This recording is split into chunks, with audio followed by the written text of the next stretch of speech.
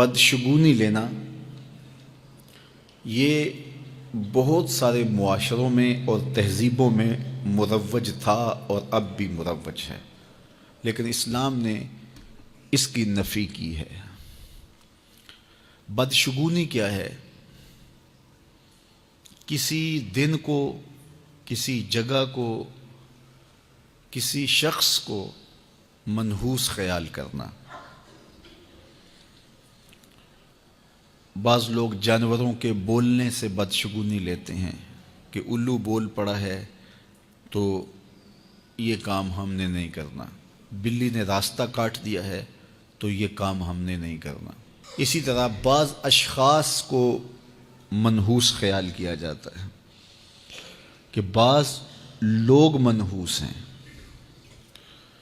عموماً بعض خاندانوں کے اندر کسی عورت کو منحوس خیال کر لیا جاتا ہے اور پورے خاندان کے لوگ اس کے بارے میں یہ رائے قائم کر لیتے ہیں کہ یہ منحوسہ ہے، اور یہ اگر صبح صبح اس سے ملاقات ہو گئی تو پھر سارا دن خراب گزرے گا۔ تو یہ ایک تصور ہے بدشگونی کا جو ہماری معاشرت کے اندر پایا جاتا ہے۔ جاہلیت کے زمانے میں یہ ساری چیزیں موجود تھیں۔ آقا کریم علیہ السلام تشریف لائے تو آقا کریم علیہ السلام نے ان ساری چیزوں کی نفی کی اور اللہ پر توکل کرنا، اللہ پر بھروسہ کرنا سکھایا۔ علماء کی صحبت میں بیٹھنے والے لوگ کافی حد تک ان چیزوں سے بچے رہتے ہیں۔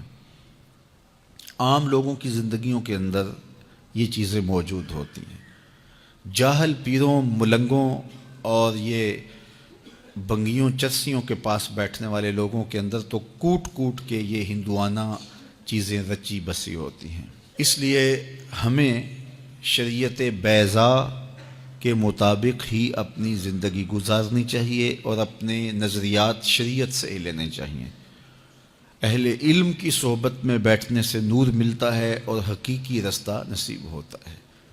تو کسی کو منحوس قرار دے دینا یہ ہماری اپنی اختراع ہوتی ہے، ہمارا اپنا وسوسہ باطن ہوتا ہے۔ حضور نے ارشاد فرمایا ایک تو متعدی مرض نہیں ہے کہ اگر میں اس کے پاس بیٹھا تو یہ مرض مجھے اس سے لگ جائے گی۔ دوسری بات ارشاد فرمائی ولا حامتا، الو کا بولنا کوئی معنی نہیں رکھتا، اس کی آواز کوئی معنی نہیں رکھتی۔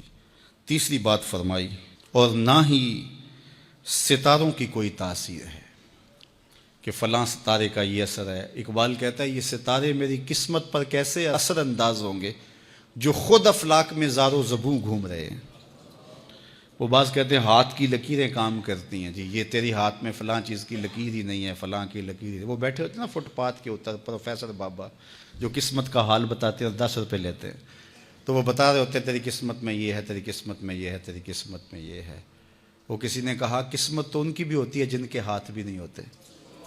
تو یہ لکیروں میں قسمت کو تلاش نہیں کیا جا سکتا۔ جب بچہ شکم مادر میں 120 دن کا ہوتا ہے، صحیح حدیث میں آتا ہے، فرشتہ اس کی عمر بھی لکھ جاتا ہے، اس کا رزق بھی لکھ جاتا ہے، اس کا شقی و سعید بھی ہونا لکھ جاتا ہے۔ لکھ دیا گیا، قلم اٹھا لیے گئے اور صحیفے خشک ہو گئے، اب کوئی نہیں لکھا جائے گا۔ تو جو شکم مادر میں لکھا گیا لکھا گیا۔ اور چوتھی بات اللہ کے محبوب نے فرمایا کہ سفر کچھ نہیں ہے۔ یعنی کچھ لوگ کہتے ہیں یہ جو سفر کا مہینہ ہے یہ بہت ہی سخت مہینہ ہوتا ہے اور ان دنوں کے اندر سفر نہیں کرنا چاہیے، ان دنوں کے اندر شادی نہیں کرنی چاہیے، ان دنوں کے اندر اگر شادی کی جائے تو وہ شادی کامیاب نہیں ہوتی، اس لیے کہ یہ مہینہ منحوس ہے۔ میں آپ کو بتاتا ہوں کہ اس سفر کے مہینے میں سیدنا علی کی شادی حضرت سیدہ فاطمہ سے ہوئی ہے۔ بتاؤ اس سے کامیاب کوئی شادی ہو سکتی ہے؟ کوئی کہتے ہیں جی اس مہینے میں اگر شادی ہو تو اولاد نہیں ہوتی۔ حضرت علی اور سیدہ فاطمہ کی شادی ہوئی ہے، حسن اور حسین پیدا ہوئے ہیں، ایسے کوئی بیٹے تو لاؤ زمانے میں۔ حضرت زینب رضی اللہ تعالی عنہا اور حضور کی شادی ماہ صفر المظفر میں ہوئی ہے۔